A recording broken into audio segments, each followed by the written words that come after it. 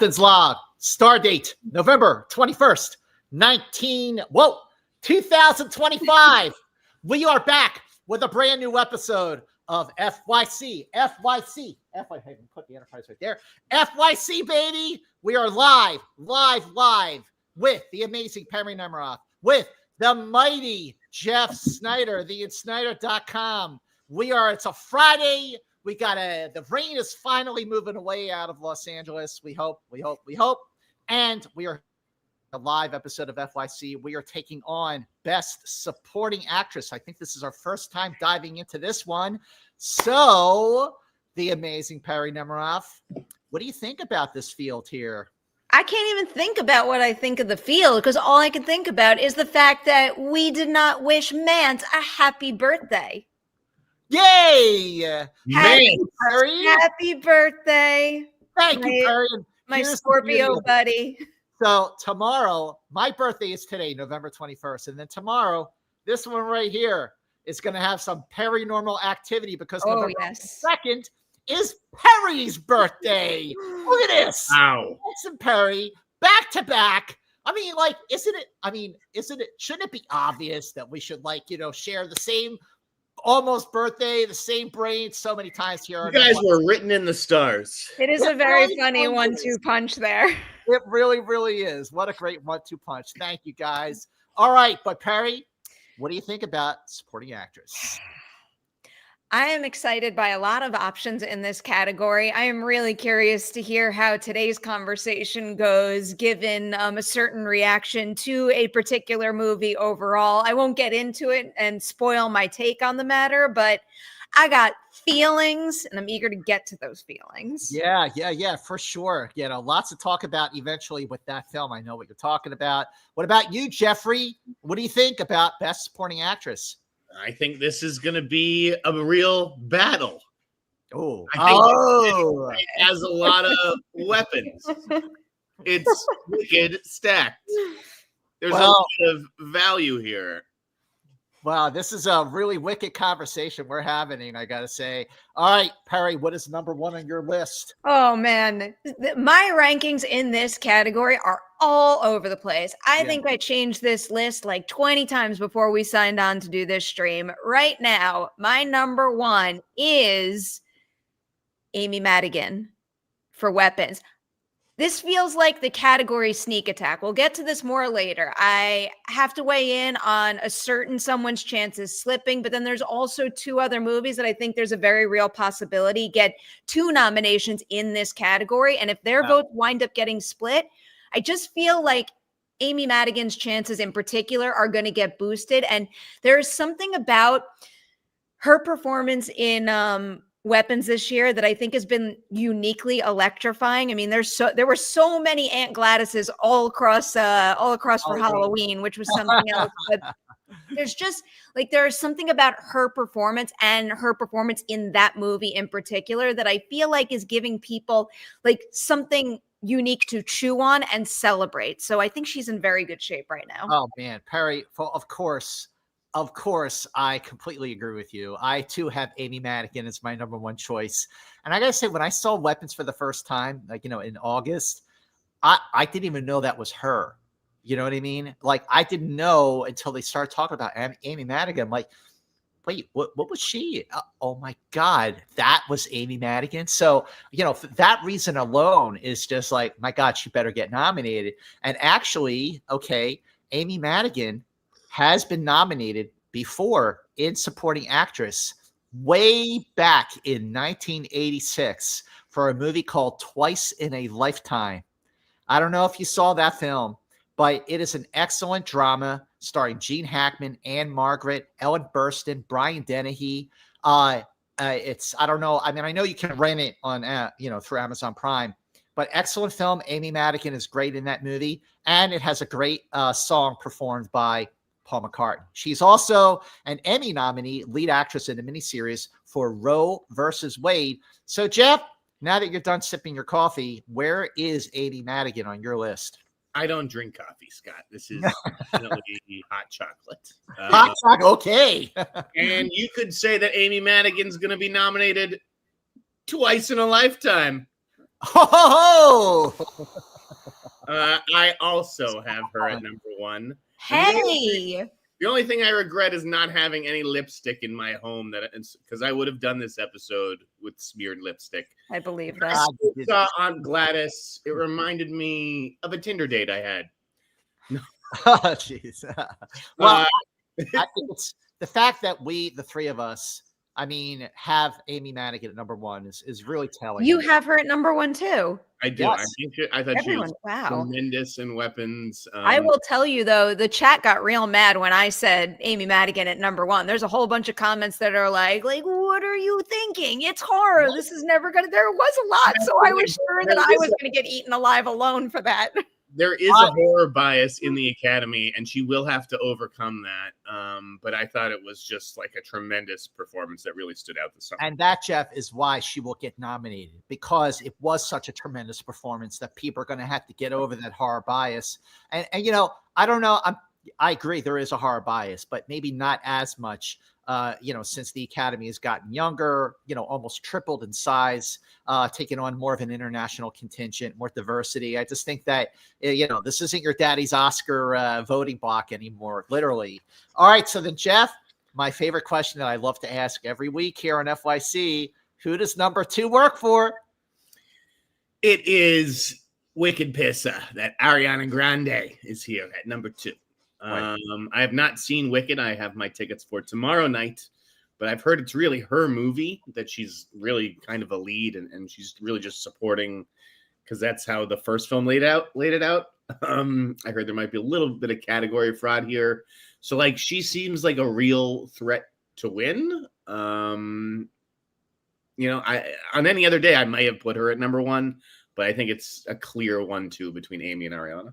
And I think just the from the first movie, you know, which came out exactly a year ago on November 20th, 2024. So Perri, Jeff didn't see the film. You did. Where is Ariana Grande on your list? So I did bump Ariana Grande down a little, not because of how I feel about her performance. I think there's a lot about this movie that I love, love, love. I think her performance might be my single favorite thing about it, though. So I think she's very deserving of being in this category, if not ultimately winning the award. I'd be happy to see her take it. I think she does such a beautiful job of doing a big turn with Glinda, but still making her feel like the same character, where in the first one, you know, half the fun of Glinda is like the flashiness and the bubbly behavior. Film 2 demands a much more internal performance from her, and the only way that character's arc works is if she can handle it, and I thought she did it exceptionally well. But given the fact that the movie seems to be incredibly divisive, and I will also say I'm fine with a divisive movie. I'm always fine with people not agreeing with what I think, and vice versa. I don't like the tone of the conversation I see unfolding right now, and it really bothers me. So I'm hoping that like people start to simmer, and you know, the conversation settles a little, and Wicked for Good winds up going on to get honored in the categories that it deserves to. Yeah. In particular, this one for her performance. Where is she on your list? Number 3. 3. Okay, I have Ariana Grande at number 2. Obviously, she was nominated for Wicked Part 1. I don't think Wicked Part 2 is as good as Part 1, but I don't think it's a bad movie either. It's like following The Empire Strikes Back with Return of the Jedi. Not as good, but still has its merits. I think Wicked Wicked for Good, you know, that's the title of the film. It feels a little more serious, not as much humor. You know, it doesn't have like any show-stopping tunes like the first one did, even though 2 new songs were written for this movie version of the sequel. But I agree, Perri, this is where Ariana Grande's performance really, really stands out. And that's why she still deserves to get nominated. And I still think Cynthia Erivo deserves to get nominated for lead actress as well. So, yeah, I mean, is it as good? No. Is it going to do great this weekend at the box office? Yes, it will. Mm-hmm. And that's great news. Look, they're talking about $200 million domestic for the first 3 days. I mean, box office needs that. So, Perri, you have Ariana Grande at number 3. So then who does number 2 work for? I am going with Teyana Taylor at my number 2 for One Battle After Another. She just seemed to emerge as a particular favorite in this category the second that movie came out. And I don't feel like her chances have diminished at all. If anything, I think her campaign has only gotten stronger and stronger. And I see that continuing for her specifically, but also for One Battle, just overall as a full film going through the award season race. So she is my number 2 right now. Teyana Taylor is my number 3, and I know she's pretty well known as a musician. But I remember, like Perri, you talked about the moment she appears on the screen in One Battle After Another. I literally was sitting, watching the movie for the first time, going, who is that? I mean, I know who she is, but like the performance, just the immediate, the gravitas, the screen presence that she just absolutely owned with limited screen time. And, it's a supporting performance. Absolutely deserving. Maybe not the only one from this movie who gets into the top 5 for supporting actress. Jeff, where is Teyana Taylor on your list? Our list matches, Scotty. We are in sync today. I've got her at number 3. I thought she was tremendous in this movie. I wanted to see more of Perfidia throughout the film. She kind of just drops off after the first act, but that's kind of what makes it a classic supporting performance. Teyana Taylor was amazing in 1001. If you haven't seen that movie at home who are watching, you should absolutely check that out. I'm glad that Paul Thomas Anderson noticed her work there. And yeah, I think she's got like real movie star vibes. So I think this is going to be her first nomination. I just think she's a little too new to the business and everything to win, particularly against someone like Amy Madigan, who's been putting in the work for decades. Yeah, well, that's a very, very good point, Jeff. But no question about it, Teyana Taylor is, this is a breakthrough performance from Teyana Taylor. Definitely worthy of a nomination and absolutely deserving of being in the top 5 for supporting actress. So, DeanSnyder.com, what do you got at number 4? This is where things get interesting. Yeah. Huh? This is where they get interesting. But I am going to go with a double nomination for One Battle After Another. Okay. And I am going to go with Regina Hall at number 4. All right. And why? She was good in this. She's like almost like the emotional backbone of this film. I don't know. Like I just thought she just elevated things. Like everyone was kind of being a little goofy in this movie too. Yeah. No, you're right. And she's like no nonsense really. I just thought it was a really different kind of performance from her. And I think she'll be recognized for, going outside of her comfort zone a little bit. All right. Perri Nemiroff, is Regina Hall on your top 5? She is indeed. I have her at number 5 right now. I do think, like what I said before, I think One Battle After Another stock is rising, and I do think that's going to open the door for 2 nominations in this category. I don't disagree with anything either of you are saying. I, just for the purpose of conversation here, want to just open up the field to having more potential films in the 5. And I think Regina Hall is excellent. I think she deserves a nomination. And I think by the end of this conversation, we'll agree that she is going to make the top 5. But that's why she is my number 1 honorable mention. Not because she is any less deserving for the exact points that you pointed out, but because I wanted to put in to my top 5 at my number 4, Elle Fanning for Sentimental Value. Like, Elle Fanning is a sensational actor. She's been putting in such great work on the big screen and the small screen. She's an Emmy nominee for lead actress in a comedy series for The Great. Going back, I don't know if you saw the movie Somewhere, directed by Sofia Coppola with Stephen Dorff. And that movie was excellent. Yeah, I saw it. But also this year, not only does Elle Fanning put in a spectacular supporting performance, holding her own with Stellan Skarsgård in Sentimental Value, but she just really was incredible in Predator Badlands. And I know one has nothing to do with the other, but to have that movie be great, have a great performance, do well at the box office, that's not going to hurt her sort of recognition as a great actress for when she does get nominated for supporting actress. I think she's excellent in this film. Did either one of you have Elle Fanning in your top 5? Perri does, of course. My number 4 right now. Oh, Perri Nemiroff. Woo! Perri, am I blocked in the chat? I can't comment. Are you serious? I think so. It said this comment has failed to post to Perri Nemiroff.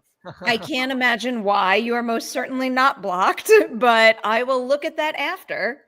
Why don't you say it out loud in the meantime? Or should you not? Am I going to regret asking that? No, Meme Cat just seems very worried about my livelihood for some reason. So I was going to tell Meme Cat, feel free to donate some shekels to my Venmo.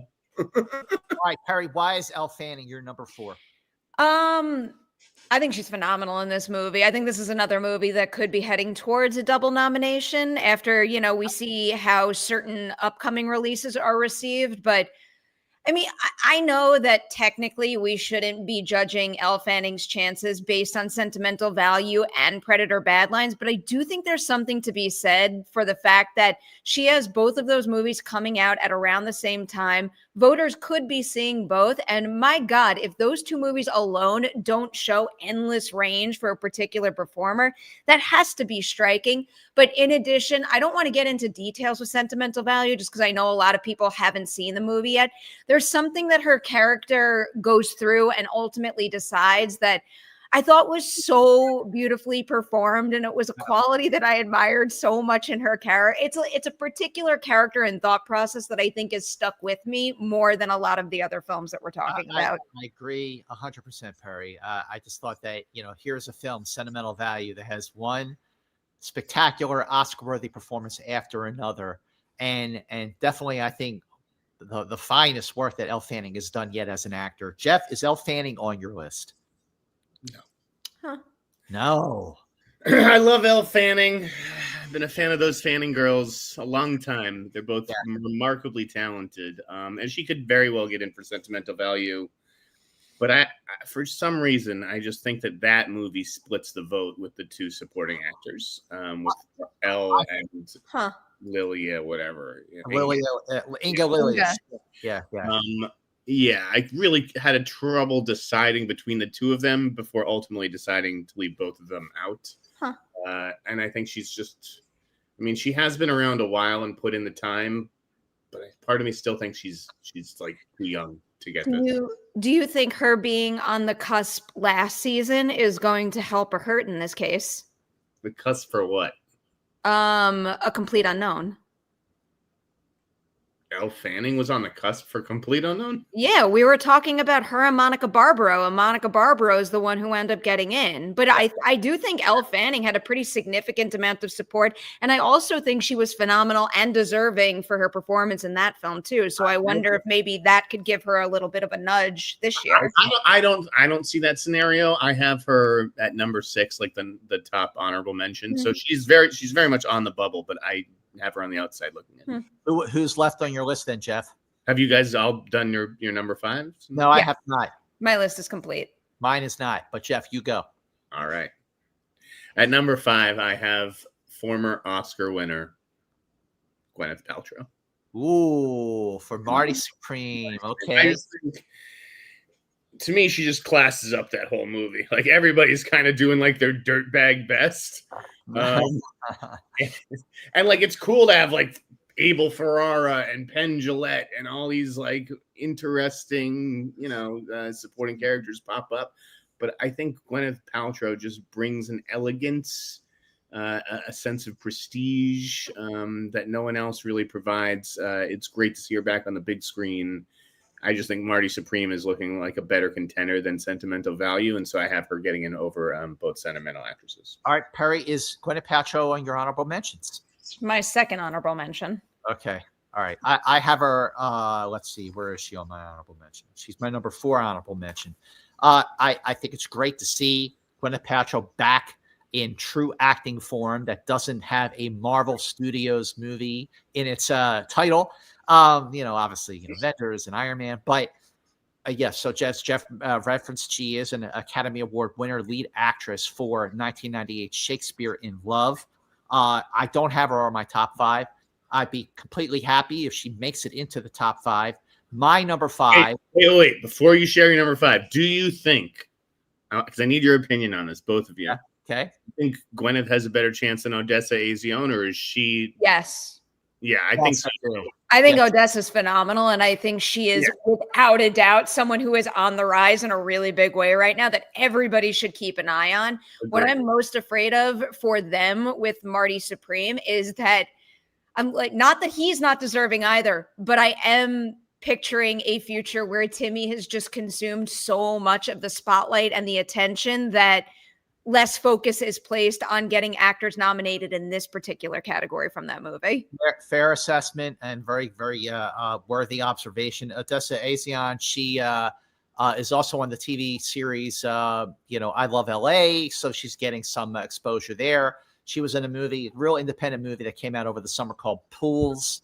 That was a big discovery. How was Pools, man? Because I have a subscriber who's really like, you need to watch this movie. Yeah, it's very, very good. It's got like a Breakfast Club kind of feel to it. Very, very good film.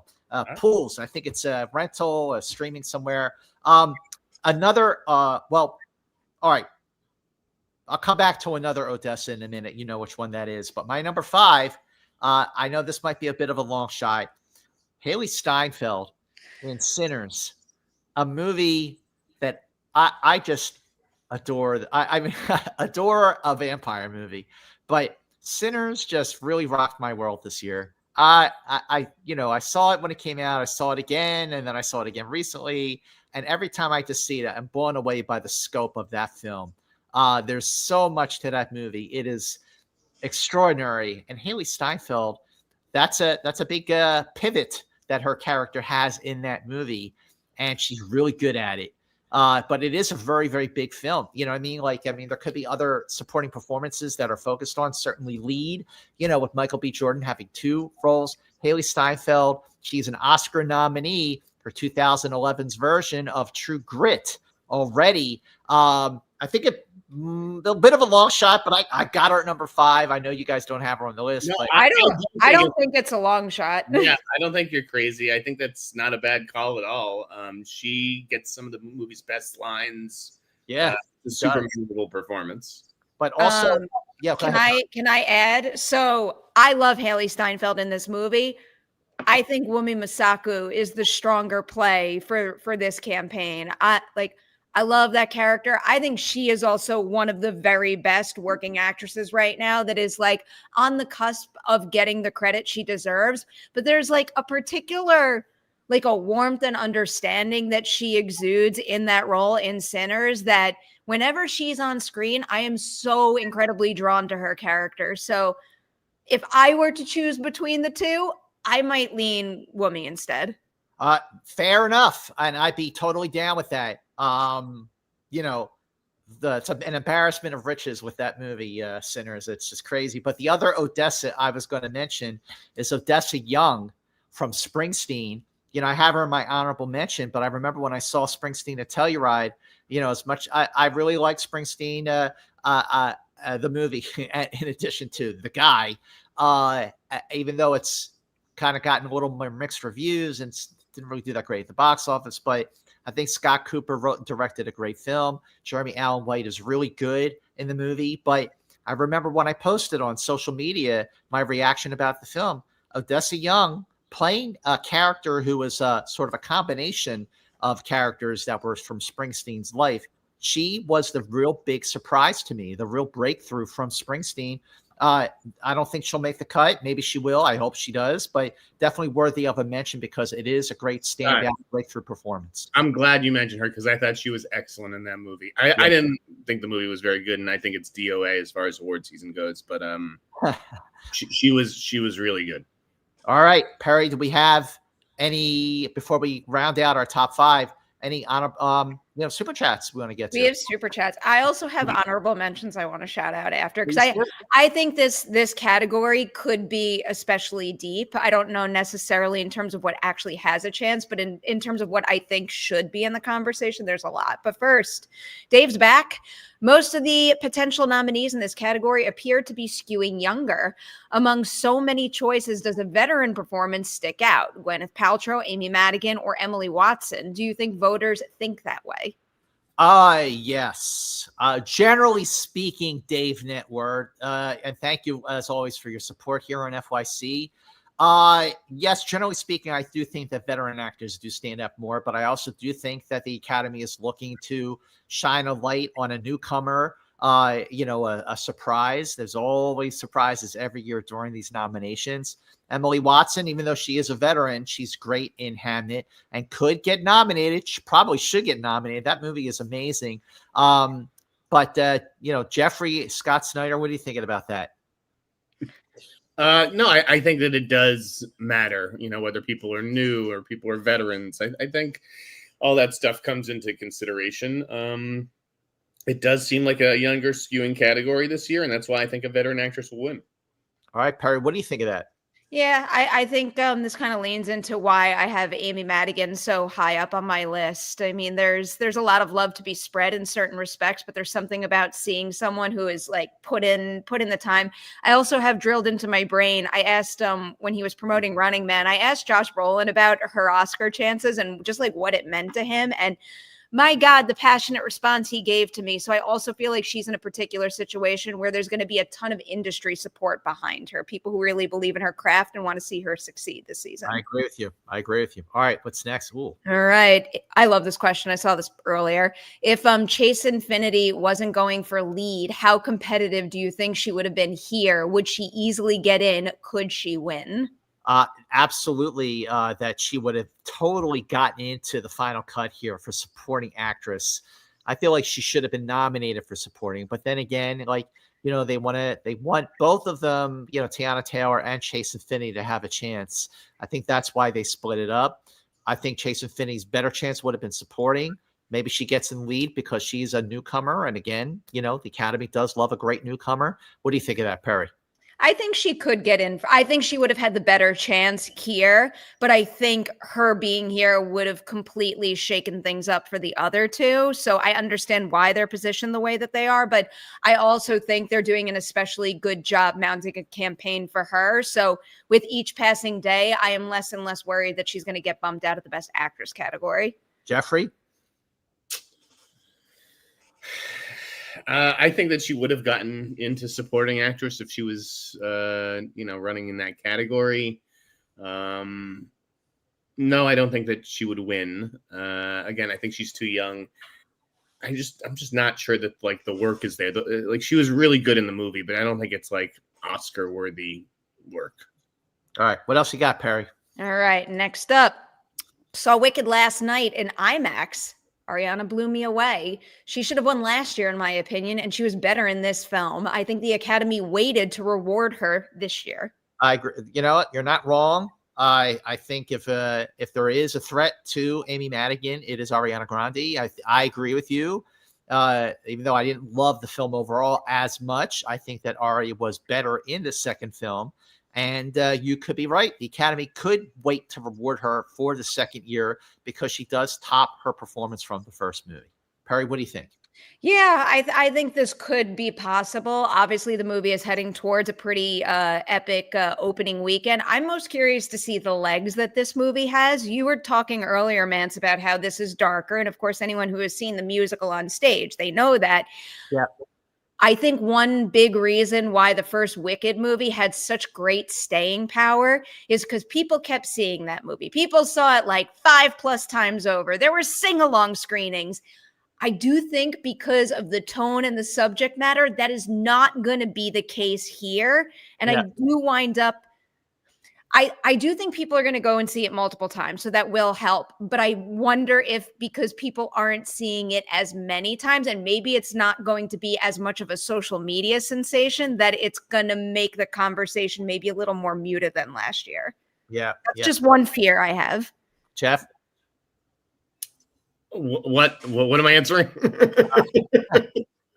All right. I haven't seen Wicked. I can't really comment on Miss Grande's performance. Right. All right, Perri. When you do, we will circle back. Just a fun hypothetical: if Grande went lead and Arrivo went supporting, interesting. Would we be talking about Arrivo winning supporting actress? First of all, Jordan, that is a great avatar you got there, Jordan. There's awesome someone in the chat pretending to be me. Block this person, Jeff Snyder, the rep. Okay, I'm looking for it. I got it. All right. Meanwhile, bye. You're going to answer Jordan's question here. That is a really, really good, fun, hypothetical question, Jordan Ross Weinhold.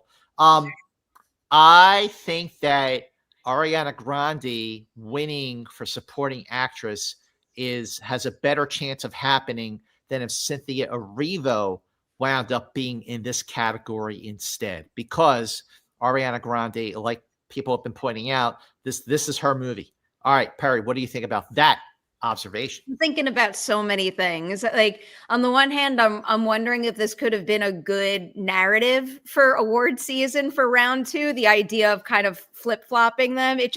I don't know. There's a lot of interesting think pieces that I think could have leaned into that and made it an exciting conversation. But no, I think ultimately they're better off staying in the categories that they're in. Yeah. Okay, Jeff. Oh, the Jeff hasn't seen a movie. All right, next question. All right. Next up, we're back to Dave. Can you see either Erivo or Grande missing individually? The story is absolutely about their relationship. In my mind, you don't nominate one without the other. No. What's that, Jeff? The answer is no. I don't see either one missing. Yeah, I'm in agreement. I agree. Thanks, Dave. Now we have Regina Hall and Emily Watson, our classic coattails. They're riding the coattails. That's not true. No. I don't think Emily Watson's riding anything anywhere. So Emily Watson is real. Like that to me is the definition of a standout supporting performance, where she only gets so much screen time, but in particular during a particular scene that happens in the middle of the film that I won't spoil, like she is so important to filling out that space and heavily contributes to the emotional wallop of that set piece. I agree completely. Dave is all right. Dave is back. Potential vote splits in this category: One Battle, Sentimental Value, Sinners, Marty Supreme. Will be very interesting to see which actress makes it in. Yeah, it is. It is a really. I mean, it's not just one movie that could have multiple. That has multiple deserving nominations in supporting actress. Now, do they cancel each other out and maybe no one gets it? No, I don't think so. Well, do you guys seriously think that Inga has a chance for Sentimental Value? Because I don't see that. We seem to have the opposite feeling about Sentimental Value. Like, I think that one's going to keep on going up. I think the more people that see that movie, the more word of mouth is going to spread, because it's one of those films where, like, I respect the fact that maybe not everyone will love it as much as I do, let's say, but it feels like a really difficult movie to not like at all. I love Sentimental Value. It's just a genuine lived-in family drama that is completely relatable, beautifully written, beautifully performed, and it's from Neon Rated is releasing. They did pretty good with Anora and with Parasite. They're amazing. So, and a movie about making movies, and like one that really speaks to how storytelling can help us process difficult human truths. But you're talking about the movie. I'm talking about Inga specifically, and her performance as the other sister. And I don't like, when I was watching the movie and having that Oscar buzz in my head, I'm just like, I don't get it. It's a little more understated than Renate Rensley's performance, but it's still very, very good. They complement each other. All right, next question. Can SAG save the Smashing Machine for Emily Blunt? Well, Golden Horn, glad you brought up Emily Blunt. I do have her in my honorable mentions. I will watch anything Emily Blunt does before I even know what the movie is, who directed it, who's co-starring in it. She is truly one of the very, very best actors out there. One of my very, very favorite actors. I think that, Smashing Machine is just getting sort of swept aside a little bit unfairly. I really like the film, and I love Dwayne Johnson. I love Emily Blunt in the movie. Emily Blunt is an Oscar nominee for Oppenheimer. And SAG, speaking of SAG, I'm assuming you brought that up because she is a SAG winner for supporting actress for A Quiet Place. I thought you were going to say Pain Hustlers. No. All right, let's go.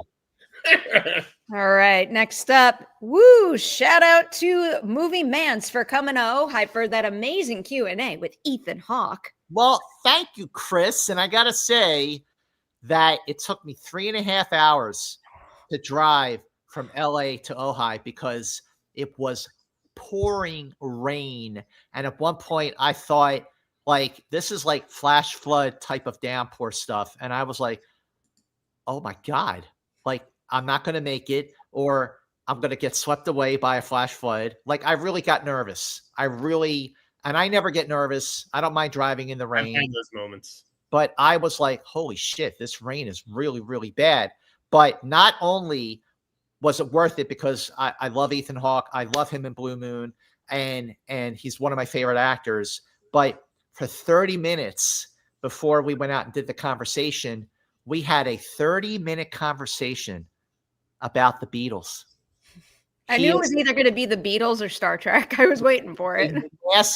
He is a massive Beatles fan. And we were just talking like just two Beatles fans. It was like the greatest thing. We were totally geeking out about the Beatles. And then the theater manager's like, guys, credits are rolling. We're like, oh, yeah. But thank you, Chris. FY, see you later. I think it's the person I saw. Anyway, yes.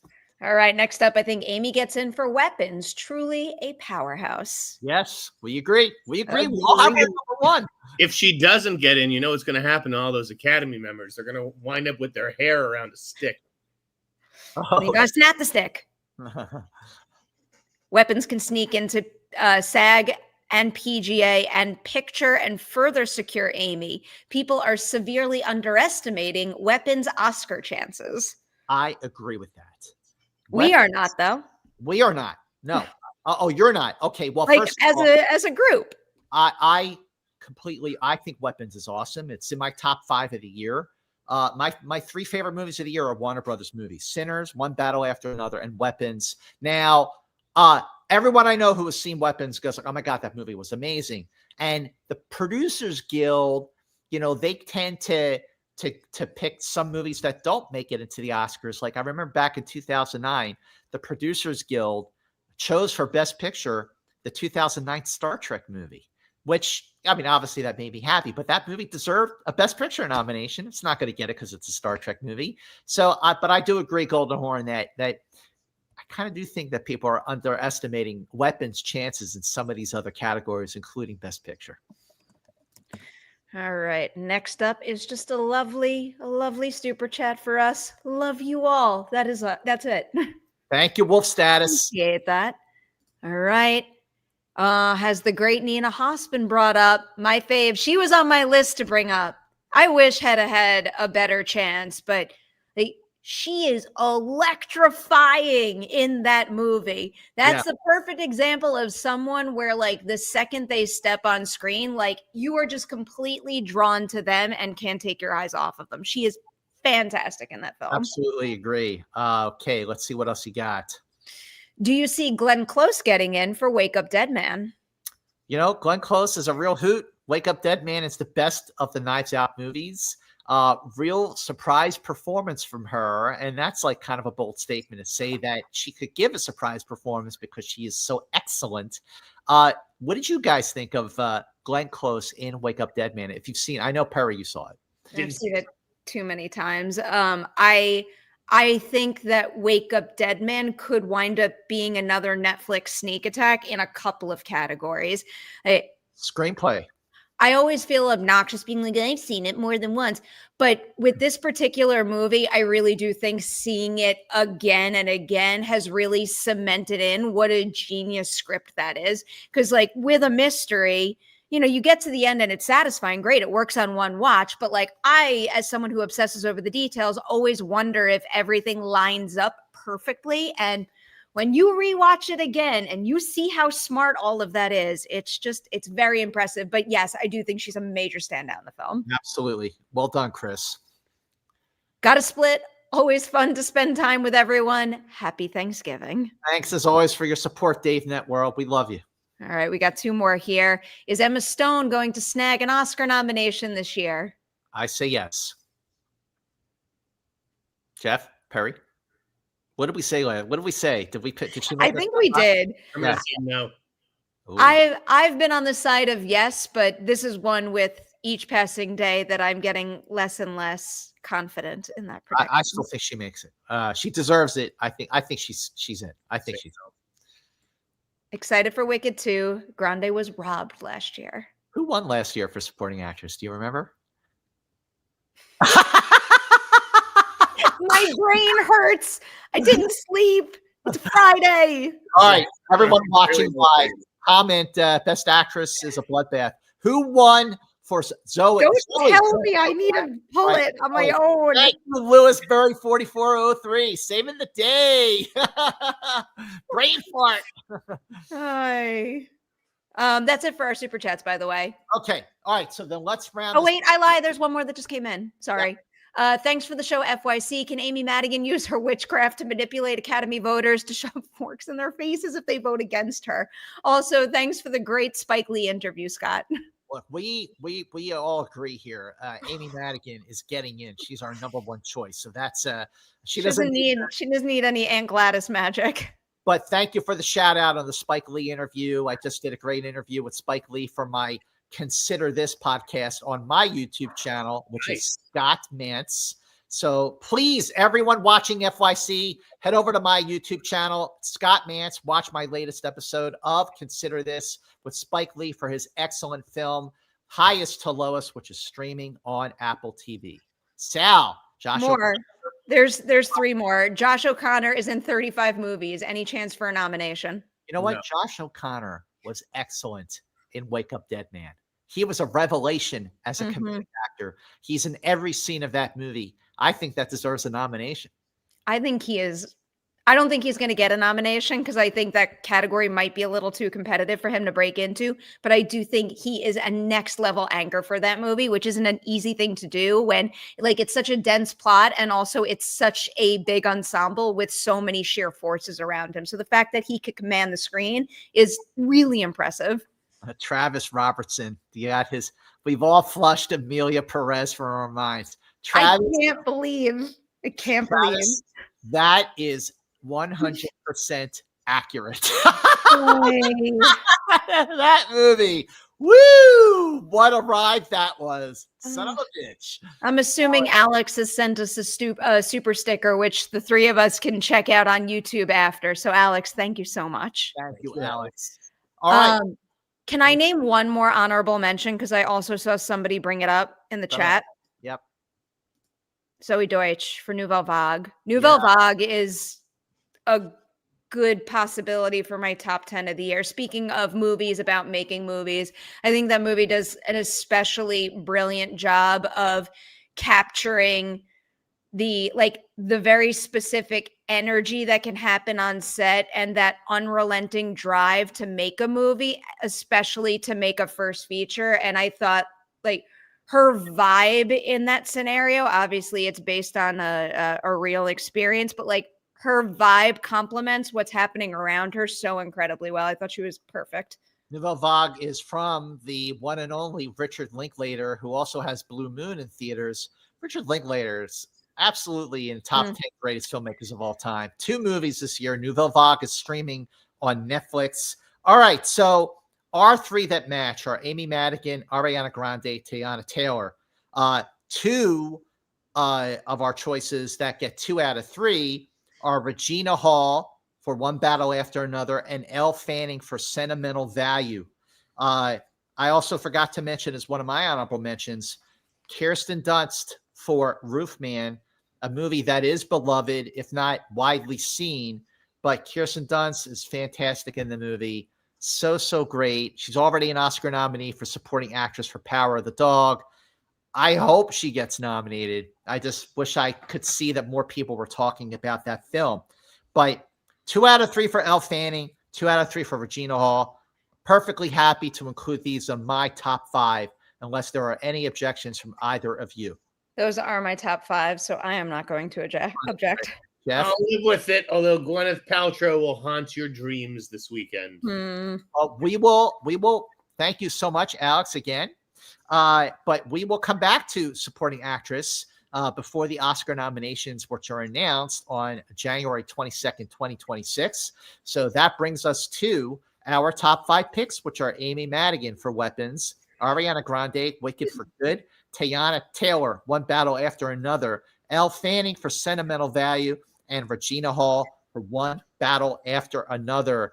Make sure you scroll down a little bit right now and hit subscribe to Perri's YouTube channel.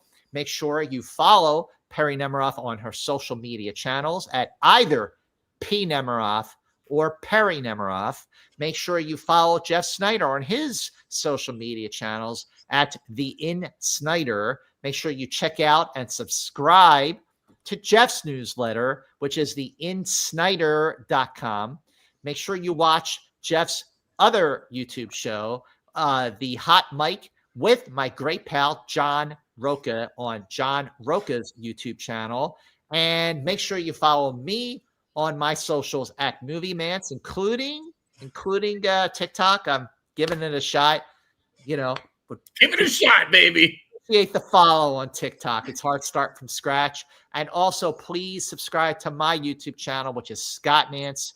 Check out my interview with Spike Lee on Consider This, and check out my interview with cinematographer Larry Smith about the making of Eyes Wide Shut, just in time for this deluxe Criterion Collection version of Eyes Wide Shut in 4K. I fucking love this movie. Movie night at Mance's house. Yes, yeah, Movie Mance's house. And also, please be sure to spread the love on FYC, sharing FYC on your social media channels. Thank you so much for watching. We are going to beam out of here. And thank you as always. And happy birthday tomorrow to Perri Nemiroff. Go on social media and make sure you wish Perri Nemiroff a happy birthday on November 22nd. And when Jeff's birthday comes around, believe me, you will be the first to know. Until next time, FY. See you later.